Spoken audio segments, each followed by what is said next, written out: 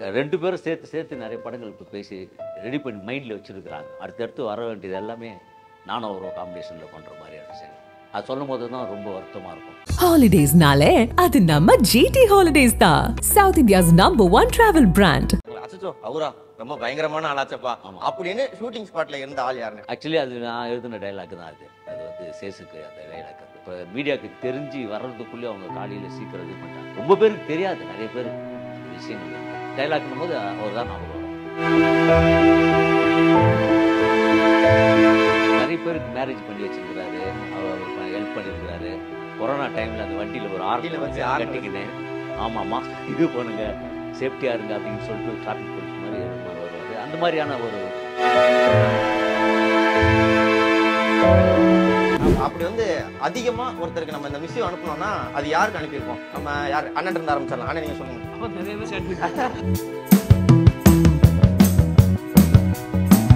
இந்த பைத்தியக்காரனாவே நினைச்சிட்டு பண்றாரு. இந்த கேள்வி நீங்க எங்க கிட்ட கேட்கணும். டெய்லி இத பண்றாரு. யாரா அவன்? இவன் தானே கணக்கு வாத்தியார் அப்படின்ட்டு சொல்லிட்டு வரும்போது இந்த மாதிரி ஒரு மூமெண்ட் என்ன கிரியேட் பண்ண இந்த மீம்ஸ் உங்க இதுல போடணும் அப்படின்னா எந்த ஒரு இதுல கணக்கு வாத்தியாருக்கே பண்ணலாம்.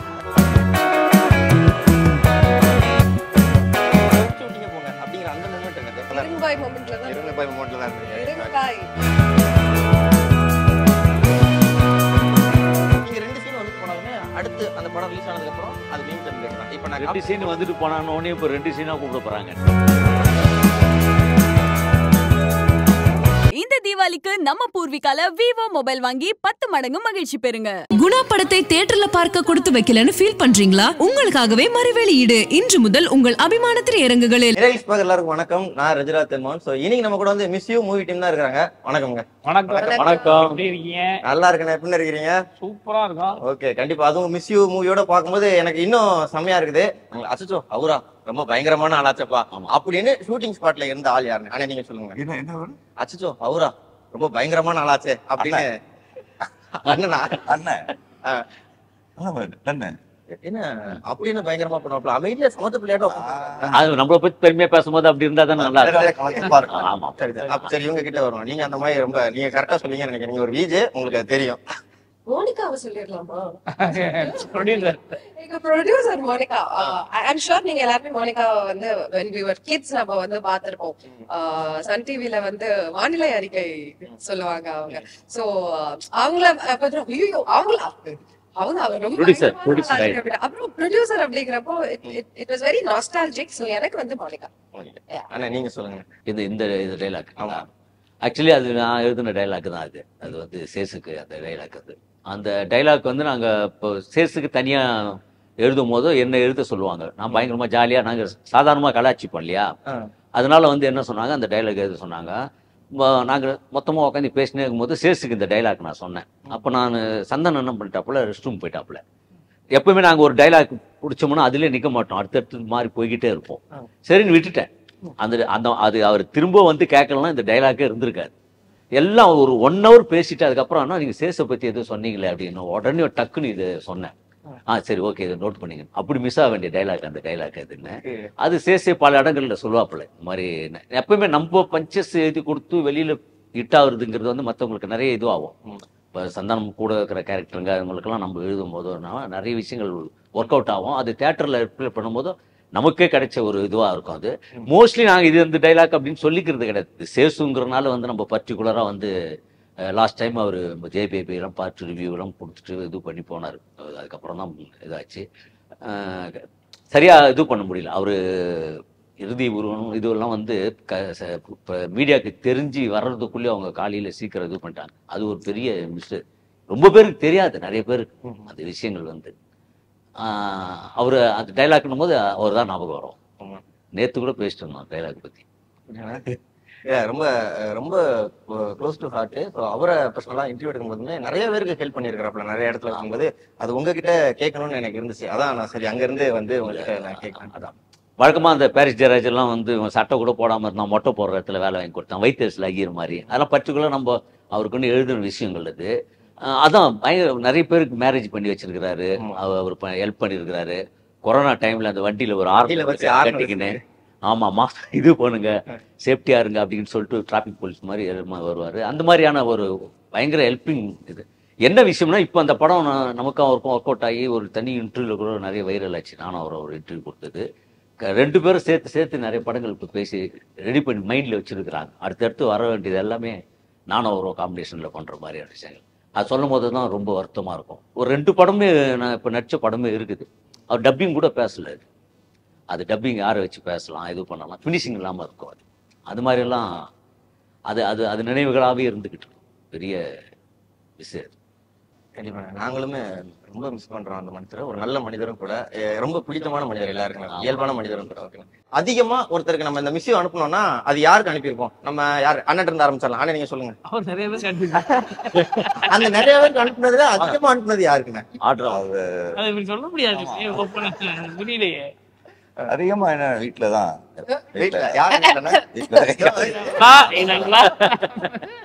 இல்லண்ணா சொல்லுங்க. யாரையும் அவ்வளவு ஜென்ரலா அனுப்புவேன். ஃப்ரெண்ட்ஸ் எல்லாருக்கும் அனுப்புவேன். ரொம்ப நாள் பாய் ஃப்ரெண்டா கேர்ள் ஃப்ரெண்டாண்ணா? பாய் ஃப்ரெண்டா, ரைட்ண்ணா. ஆனா நீங்க சொல்லுங்க. இப்பதான் இந்த மெயின் கேள்விக்கு பதில் இப்பதான் வரும். நான் எதிர்பார்க்கிறேன். அதாவது அந்த மாதிரிலாம் அனுப்புனதே இல்லை. லிஸ்ட் பேசு. நீங்க போன் கொடுங்க, அனுப்பிடுவேன். எப்பயாவது அடிக்கடிலாம் அனுப்புறதுல நம்ம காலேஜ் ஸ்டேஜ்ல இருந்து சொல்றேன் நானு. நம்ம அப்படி காலேஜ் படிக்கும் போது வைஃப் லவ் பண்ணிட்டு இருந்தேன். அப்ப அவங்களுக்கு நிறைய அனுப்புவேன். அப்ப அனுப்புனது. ஓகே, இப்படி அதெல்லாம் சமாளிச்சு தான் பேச போறோம். வேற என்ன செய்யுதுன்னா சொல்லி அவங்க சொல்ல முடியும். இப்ப நீங்க சொல்லுங்க. நீங்க கண்டிப்பா அனுப்பிருப்பீங்க, சொல்லுங்க. நான் ரெகுலரா மை பெஸ்ட் ஃப்ரெண்ட் ரூபா ரமணி அப்படின்ட்டு அவங்களுக்கு நான் எப்பவுமே, பிகாஸ் அவங்க டெல்லியில இருக்காங்க, ஐ கான்ஸ்டன்ட்லி மிஸ் ஹர். சோ எப்பவுமே மிஸ் யூ. அதுக்கு அந்த மிஸ்ஸுக்கு வேல்யூவே கிடையாது. அந்த நான் நல்ல மிஸ்ஸிவா கேக்குறேன். அந்த மிஸ் எங்களுக்கு அந்த மிஸ் நீங்க யாருமே இல்ல. நானும் அததான் இல்லைங்க. நாங்க சொன்னாதான் அந்த ஃப்ரெண்டுக்கு இவங்களும் சேர்ந்து அனுப்ப மாட்டாங்க. யாருக்கும் தெரியாது அவங்களுக்கு. இப்ப சொல்லிட்டால கேட்டுருவாங்க. ஆனா இப்ப நீங்க வாங்கின நான் உங்ககிட்ட சுவாரஸ்யமான பதில் எதிர்பார்க்கிறேன். என்ன உங்களை தான் மிஸ் பண்றான்னு மிஸ் யூ படத்துக்கு வந்தோம்னா அண்ணனை வந்து இந்த ஒரு கேரக்டர்ல வந்து மிஸ் பண்ணாம பாக்கலாம்ப்பா அப்படின்னு அண்ணன் எந்த கேரக்டர்ல பாக்கலாம்? அண்ணன் வழக்கமா காமெடி இருக்கும் அப்படின்னு ஒரு இருக்கும், நம்பிக்கை இருக்கும். அதுல பாத்தீங்கன்னா இந்த இப்போ வந்து கேரக்டர் நம்ம பண்றோம் இல்லையா, அப்படி இருக்குமான்னு ஒண்ணு யோசிப்பாங்க. காமெடியா இருக்குமா இல்ல வந்து இவர் என்ன கேரக்டர் ரோல் என்ன பண்ணிருக்காரா, குணச்சித்திரம் அந்த மாதிரி ஏதாவது இருக்கா அப்படின்னு ஒண்ணு யோசிப்பாங்க. ஆனா இதுல வந்து இதுதான் எப்பவுமே ரெகுலரா பண்ற ஒரு காமெடி இதுதான். அப்படிலாம் ஏமாந்துடக்கூடாது. உங்களை சொல்லுங்க, நாங்க எப்படி பாக்கலாம் உங்களை? ஒவ்வொரு கேங்லயுமே எப்பவுமே there'll be one girl best friend இல்லையா? she's like the next sister to you, she's like a next mother to you. அந்த மாதிரி ஒரு கேரக்டர். அண்ணன் வந்து சொல்லவே வேண்டாம், இந்த வாட்டி ஃபுல்லா ஸ்பெஷலான ஒரு ஆளா தான் இருக்கிறாப்புல. தொடர்ந்து சக்சஸ் நிறைய பாத்துட்டே இருக்கிறோன்னு. சோ உங்க வளர்ச்சி பெரிய ஹாப்பினஸா இருக்கு. சொல்லுங்க மிஸ்யூல எப்படி பாக்கலாம்? அண்ணன் சித்தார்த் சாரோடைய க்ளோஸ் ஃப்ரெண்டு, சின்ன வயசுல இருந்து, அதாவது காலேஜ் ஃப்ரெண்ட், வேலை பார்க்குற இடத்துல இருக்கிற ஃப்ரெண்ட் அப்படி இல்லாம சின்ன வயசுல இருந்து ஒன்னாவே அவங்க வீட்டுல தான் நாங்க இருப்போம். நானாகட்டும் சஷ்டிகாகட்டும் நாங்க எல்லாருமே 3 பேருமே வந்து சைல்ட்ஹுட் ஃப்ரெண்ட்ஸ். அவர் வீட்டுலதான் நாங்க சாப்பிடுறது தூங்குறது அந்த மாதிரி வந்து ரொம்ப க்ளோஸ் ஃப்ரெண்ட்ஸ் இந்த படத்துல. கண்டிப்பாண்ணே. சோ அப்ப த்ரூ அவுட்டா பார்க்கலாம் அண்ணன் இதுலயுமே. ஆமா கண்டிப்பா பார்க்கலாம். சூப்பர்ண்ணே. அண்ணே உங்களை எப்படி பார்க்கலாம் சொல்லுங்க? எனக்கு ஆக்சுவலா thanks to director Rajasekar sir. ஜிகர்தண்டாக்கு அப்புறம் நான் சித்தார்த் சாரோட பண்ற படம். ஒரு என்ன சொல்றது, திடீர்னு மீட் பண்ணி சம்டைம்ஸ் ஒரு ரேரா இருக்கும். இந்த மாதிரி ஒரு ரொம்ப க்ளோஸ் ஆயிருக்கும். இவங்கெல்லாம் ஒரு கேங்கு. நான் வந்து யதார்த்தமா அவர் ஒரு இடத்துல ரயில்வே ஸ்டேஷன்ல மீட் பண்ணிருப்பேன். அப்படியே நாங்க ஃப்ரெண்டா இருப்போம். அவங்க ரொம்ப அவர் மேல ஒரு ஈர்ப்பு உள்ள ஒரு ஃப்ரெண்டா. அப்புறம் அதுக்கப்புறம் என்னாலதான் அவருக்கு ரொம்ப டார்ச்சர்ங்கிற மாதிரி அதுக்கப்புறம் எங்களை வந்து இவர் மீட் பண்ணுவாரு. நானே பரவாயில்லன்ற மாதிரி. ஓகே, பெட்டரா நாள் அப்படிங்கிற மாதிரி இருக்கும். ஆனா இப்ப இதெல்லாம் நீங்க சொல்றீங்களா, சொல்லும் போது வந்து உங்களை நாங்க படத்துல பாக்குறோம், நிறைய ரசிக்கிறோம். அதை தாண்டி வந்து கட் பண்ணா மீம்ஸும் நிறைய வரும் உங்களை வச்சு. ஏன்னா உங்களோட டெம்ப்ளேட்ஸ்ல நாங்க நிறைய யூஸ் பண்ணுவோம். இப்ப என்னன்னா அந்த மீம்ஸ் நான் எட்டு வந்திருக்கேன். உங்களோட எல்லா டெம்ப்ளேட் மீம்ஸும் நான் எட்டு வந்திருக்கேன். அந்த மீம்ஸ் வந்து உங்க லைஃப்ல எப்ப நடந்துச்சு? இப்ப வந்து அந்த மீம்ஸ் கொடுத்ததே நீங்க தான். பட் அந்த மீம்ஸ் வந்து உங்க லைஃப்ல இந்த மாதிரி நடந்துச்சு, அதுக்கு நான் இந்த மீம்ஸை நான் போடுவேன் அப்படின்னு நீங்க ரீக்ரியேட் பண்றீங்கன்னா என்ன மூமெண்ட் அப்படிங்கறத நம்ம பார்ப்போம். ஓகேங்களா? காட்டுறேன். இன்னும் நீ என்ன பைத்தியக்காரனாவே நினைச்சிட்டு இருக்கீங்க. இந்த கேள்வி நீங்க எங்க கிட்ட கேட்கணும். டெய்லி இத பண்றாரு. அண்ணன் லைஃப்ல ஒரு இடத்துல ரிலேட்டபிளா போடலாம்னா எந்த இடத்துல போடலாம்? ஜிபே போயிட்டே இருங்க போடுறேன்னு வாங்க. ஜிபே அது இங்கே போட்டுடலாம். நீ ஆண்டி வேலை உங்களுக்கு போடுறேன் அப்படின்னு வாங்க பாருங்க. கடைசி வரைக்கும் வராது. அது மாதிரி நிறைய நடக்கும் போதெல்லாம் இந்த டைலாக் ஞாபகம் வரும். இதுதான் பேமெண்ட் தான், வேற என்ன நமக்கு என்ன. அண்ணா அடுத்து உங்களுக்கு நான் உங்களுக்கு கடைசியா வரேன், ஓகேங்களா? ஆமா ஆமா, அதுக்குள்ள என்ன யோசிச்சு வைப்பாங்க. அண்ணனுக்கு வந்து லேட்டஸ்டான டைமிங்ல இருந்து போலான்னு பாக்குறேன். அண்ணா பிரச்சனைன்னு ஒண்ணு வரும்ண்ணே, சரியா? எல்லா கேங்லயும் இப்படி ஒரு ஃப்ரெண்ட் இருப்பாங்க. ஓகே.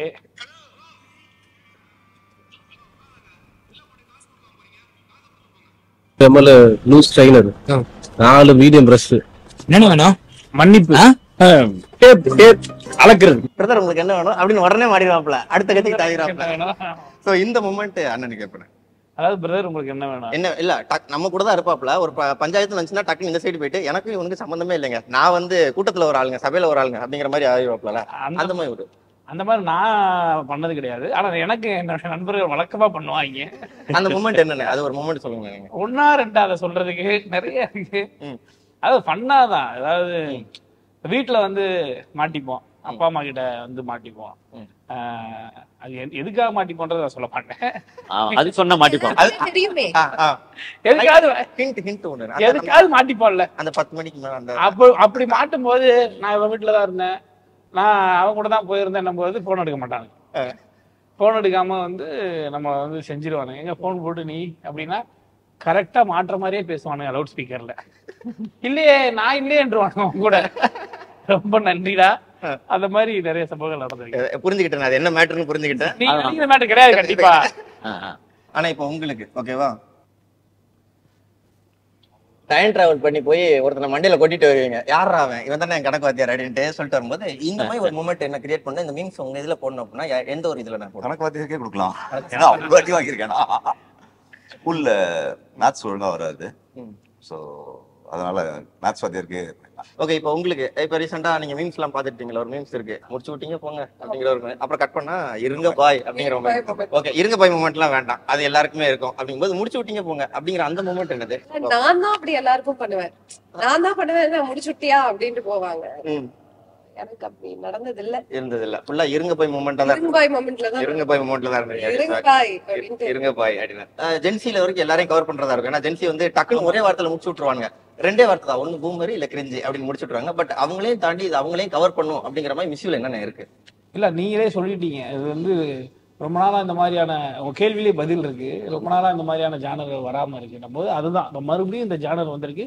அது ரொம்ப ஃப்ரெஷ்ஷா வந்திருக்கு. ஸோ எல்லா 90s கிட்ட ஆகட்டும், இன்னைக்கு 2K ஆகட்டும், நீங்க சொல்ற ஜென்சி எல்லா ஜென்ரேஷனையும் கனெக்ட் ஆகிற மாதிரியான எல்லா விஷயமும் வந்து மிஸ்யூல இருக்கு. கண்டிப்பா அந்த படம் பார்க்கும்போது எல்லாருமே ரெஃப்ரெஷிங்கா ஃபீல் பண்ணுவாங்க. கொஞ்சம் காமெடியான படம் 8 வாரம் அப்படின்னாலே நம்ம பசங்க வந்து காமெடியான படமா, அப்ப இது வந்து ஒரு கிரிஞ்சு மெட்டீரியல் ஆயிருமாப்பா அப்படிங்கிற மாதிரி ஒரு டாக் வந்து பொதுவாவே இருக்குது. நீங்களும் பாத்துட்டீங்க சோசியல் மீடியால. பட் அதுக்கு நீங்க என்ன சொல்றீங்க? There's no post comedy. இந்த படத்தை பொறுத்த வரைக்கும் இங்க வந்து இந்த comedy இருக்கணும்னுலாம் nobody has put it like that. It has landed correctly. அந்த இடத்துல அது வந்து கரெக்டா வந்து லேண்ட் ஆன மாதிரியான ஒரு ஃபீலிங் தான் இருக்கு. And a lot of people actually have seen the movie. படம் ஃபுல்லா இது பண்ணி ஒரு சிலர் வந்து பாத்திருக்காங்க. They've told it's really nice. காமெடிங்கிறது நீங்க ஹஹா அப்படியெல்லாம் இல்ல, that moment அந்த ஒரு ஹாப்பினஸ் கொடுக்கும், அதுல இருந்து அடுத்த இதுக்கு கடந்து போயிடும். சோ நீங்க எதிர்பார்க்கணும் இத்தனை பேர் இருக்கும் வேற லெவல் காமெடி படம், நீங்க ஒரு ஃப்ரெண்ட்ஸ் குரூப்ல இருந்தா உங்களை நீங்க கலாய்ப்பாங்க, அதெல்லாம் அதுதான் நடக்கும். And it has landed correctly. அத வந்து கிரிஞ்சுன்னு பாத்தீங்கன்னா அப்போ you don't have the right set of friends. That's the problem with you. உனக்கு right set of friends இல்ல, உன் friends எல்லாம் வந்து cringe அப்படின்னு சொல்றாங்க அப்படின்னா உனக்கு right set of friends இல்ல. Change your friendship. கொஞ்சம் வாழ்க்கைய போய் வாழலாம், ஜாலியா வந்து you can mellow it down and live. அந்த மாதிரியான ஒரு கும்பல் தான் இது. பட் இந்த காமெடி ஆக்டர்ஸ் அப்படிங்கும்போது அது நம்ம தமிழ் சினிமால இப்ப ரொம்ப கம்மியாகிட்டே வருது. பட் அந்த டயத்துல ரொம்ப ஐகானிக்கா நிறைய பேர் இருந்தாங்க. பட் இப்போ காமெடி ஆக்டர்ஸ்ங்கிறதே ரொம்ப டவுன் ஆகிட்டே இருக்கு. ஆனா மாறணுங்கெல்லாம் வந்து நடிச்சாப்ல அப்படின்னாலே அந்த சீன் வந்துட்டு போனா பிளாஸ்டா தான் இருக்கும் அப்படிங்கிற மாதிரி இப்பயுமே டாக் இருக்கு. நீங்க 2 சீன் வந்துட்டு போனாலுமே அடுத்து அந்த படம் ரிலீஸ் ஆனதுக்கு அப்புறம் அது மீம் டெம்ப்ளேட் தான். இப்ப நான் 2 சீன் வந்துட்டு போனானோனே இப்ப 2 சீனா கூப்பிட போறாங்க பாருங்களேன். அப்படிதான் இருக்குது. இல்ல இந்த காமெடி ஆக்டர்ஸ் கம்மியானதை பத்தி அன்னை கருத்து. எப்பவுமே காமெடிங்கிறது வந்து ஒரு டைம்ல வரும்போது என்ன வருவாங்கன்னா பயங்கர பீக்கா வருவாங்க, அப்படியே இதுவாகுவாங்க, டவுன் ஆவாங்க. ஏன்னா ஒரு குறிப்பு அதுக்குள்ளே வேற ஒருத்தர் வந்துருவாங்க, பெருசா வேற ஒரு காமெடியன்ஸ் அந்த மாதிரி வருவாங்க. எல்லாருக்குமே ஒரு ஏற்ற இறக்கம் இருக்கும் போதும் அது முடிஞ்சு போயிடும். ஆனா அவங்க வந்து இதுவும் ஆனாலும் முடிஞ்சாலும் அவங்களுடைய காமெடிங்கிறது டிவிலயோ மற்ற இதுங்களையோ வந்து வந்துகிட்டே இருக்கும். அவங்க ஹிட்டா பண்ண ஒரு விஷயங்கள் வந்து அவங்களுக்கு ரெப்யூட்டேஷன் கொடுத்துட்டே இருக்கும். காமெடியன்ஸ் வந்து அந்த மாதிரி தான் அடுத்தடுத்து வந்துட்டே இருப்பாங்க. அது மாறிக்கிட்டே இருக்கும், ஜென்ரேஷன் மாறுற மாதிரி காமெடியன்ஸும் மாறுவாங்க. அதனால யாருமே வந்து இது இப்போ கம்மியா இருக்கிறது அப்படிங்கிறதுலாம் கிடையாது. அதெல்லாம் இருக்கிறவங்க எல்லாம் பெஸ்ட்டாக தான் பண்ணுறாங்க. உங்க காமெடி அவர் சொன்ன மாதிரி தான், லவ் காமெடி வந்து எனி ப்ரொடியூசர் டைரக்டரா இருந்தாலும் சரி, அவங்களுக்கு வந்து மைண்ட்ல இருக்கிறது வந்து ஜானர்ஸ்ல வந்து இது மெயின். ஆக்ஷன் படம் ரொம்ப என்ன சொல்றது மக்கள் விரும்பி பாக்குறாங்க, ஏன்னா அப்ப அது ஒரு ட்ரெண்டா போகுது. அகைன் லவ் அண்ட் காமெடியும் கண்டிப்பா எப்போ வந்துச்சுனாலும் அது நீங்க எத்தனை வருஷம் கழிச்சு எடுத்து பார்த்தாலும் ரொம்ப ரசிக்கிற மாதிரி ஒரு ஜானர்ஸ் தான் காமெடி அண்ட் லவ். அது எனக்கு தெரிஞ்சு பெருசாலாம் குறையில, அப்படியே வந்துகிட்டே இருக்கும் எல்லா ஜானர். சூப்பர்ண்ணே. ஸோ எல்லாருமே ரொம்ப நல்லா பேசுனீங்க. மிஸ் யூ அந்த படத்தை வந்து கண்டிப்பாக மக்கள் எல்லாருமே மிஸ் பண்ணாமல் போய் பார்ப்போம் அப்படிங்கிறத நாங்கள் தெரிவிச்சுக்கிறோம். ஸோ நாங்களும் மிஸ் பண்ணாமல் போய் பார்க்குறோம். எங்களுக்காக நேரம் ஒதுக்கி இந்த அழகான இன்டர்வியூ கொடுத்தவங்க எல்லாருக்குமே ஒரு மிகப்பெரிய நன்றி. Thank you so much. ரொம்ப சிறப்பாக அழகாக ஷார்ட்டாக சிம்பிளாக முடிச்சிட்டிங்க. ஆச்சரியமாக இருக்குது எனக்கு. சும்மா வளர்ந்து எல்லாமே ரொம்ப சிறப்பாக பண்ணுறீங்க. ஹாலிடேஸ்னாலே அது நம்ம ஜிடி ஹாலிடேஸ் தான், south India's number 1 travel brand. இந்த தீபாவளிக்கு நம்ம பூர்விகால விவோ மொபைல் வாங்கி 10 மடங்கு மகிழ்ச்சி பெறுங்க. குணா படத்தை தியேட்டர்ல பார்க்க கொடுத்து வைக்கலன்னு ஃபீல் பண்றீங்களா? உங்களுக்காகவே மறுவெளியீடு இன்று முதல் உங்கள் அபிமான திரையரங்குகளில்.